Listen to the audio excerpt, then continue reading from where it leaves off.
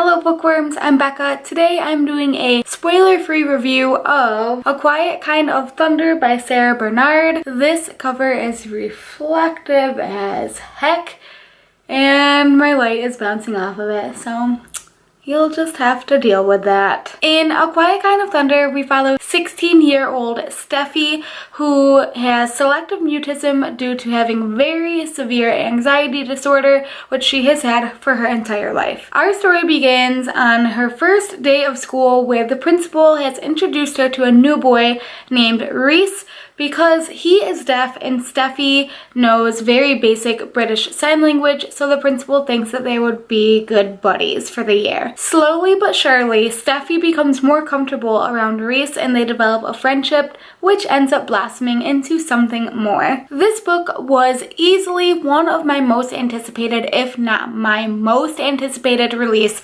of 2017, and it definitely did not disappoint. Initially, I was absolutely thrilled that I was finally getting a deaf main character. Yes, finally some representation. I've been searching for so long to find a fictionalized work that does a great representation of a deaf or hard of hearing character, and I finally found it. Being hard of hearing myself, I kind of saw this own voices movement start to flourish and blossom, and saw so many people finding books that they felt so connected to and felt represented them, and I was like, when is it going to be my turn? When am I going to find my book? When I first got this book that I ordered from the UK, I might add, I ended up getting really nervous because in the author's note, it basically says that a lot of research went into this book, but if some of the descriptions of the signs weren't 100% correct, please don't be mad at me. And I was like, wait, what? I am still sad that it's not an own voices book, but it is extremely clear that Sara Barnard put a lot of time and effort into researching not only sign language, but deaf culture, anxiety disorders, selective mutism, everything that is talked about in this novel. There was a lot of time put into making sure that everything was correct. Obviously, this is a young adult contemporary romance, and honestly, I think this is one of my favorite romances that I have ever read. It seems like in typical YA romances, the romance comes with a price almost. Like, if it gets too cutesy towards the beginning and middle-ish of the book, you're constantly waiting for the other shoe to drop. You know there's going to be some issue, someone's going to cheat on someone, a deep dark secret's going to be revealed, and it's going to change and ruin everything.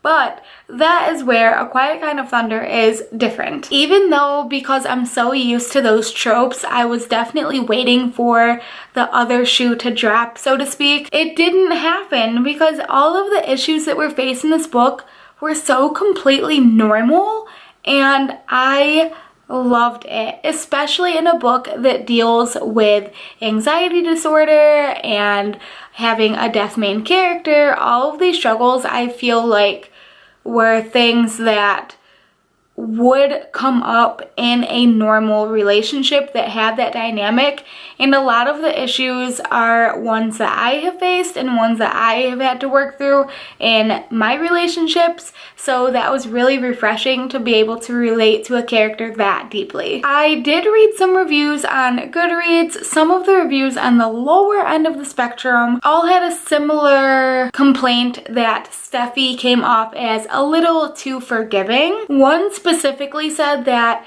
because of events that unfolded throughout the book, that if they were in that situation, they would want the other person to basically be on their knees groveling for forgiveness before they would even consider forgiving them. And it just made me think, maybe it takes a certain kind of personality to read a book like this, because the main character is extremely reserved. Obviously, she's battling social anxiety, and if you have a stronger, more outgoing and loud personality, you might not be able to connect with this character as much, whereas I thought that showed tremendous character growth when Steffi was able to communicate and talk through and work through some of the issues that were going on in the book. No spoilers, I promise, but she just has so much growth in the book, and I wish that people would be able to focus on that a little bit more. But I understand where if you have kind of a strong personality, you can't relate as much to someone whose personality might be a little bit more passive. The representation of anxiety all throughout this book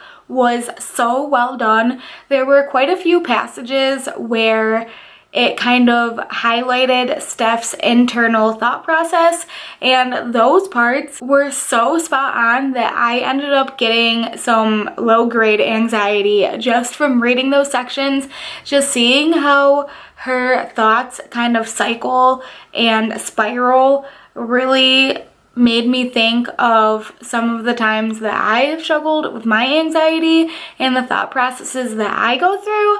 So that might be a little bit triggering for someone who suffers from anxiety, because this was really spot on in my opinion. One of the things in books I love is when I come across the part of the book that discusses the reason for the title. So for example, in A Quiet Kind of Thunder, the title comes from Steffi discussing how her feelings for Reese feel to her, whereas her friend describes the way she feels about guys as like a jolt of lightning, like electricity. Steffi related it more to a quiet rumbling of thunder that you don't always see it, but you feel it deep within you. And it's making me emotional just thinking about it. I think that that is one of the most beautiful ways to describe a relationship in a romance, especially in a YA novel. I could gush about this book for hours. I think everyone should give this book a chance. If you need to order it from the UK, do it, because it is totally worth your while. Basically, Sara Barnard is a freaking genius, and oh, man, this book was fantastic. I think the only thing that could have made this book a little bit better is if it were own voices. I'm still looking for that own voices fictionalized work featuring a deaf or hard of hearing main character. I haven't found it yet, but honestly, if it wasn't in the author's note that she personally herself wasn't deaf or hard of hearing, I would never have known. Like, that's how spot on it is, and that is the reason why I'm able to let this one slide a little bit, because she did such an amazing job. If you want a full spoiler book talk on A Quiet Kind of Thunder by Sara Barnard, please let me know down below in the comments. Otherwise, those are all of my thoughts and feelings on A Quiet Kind of Thunder.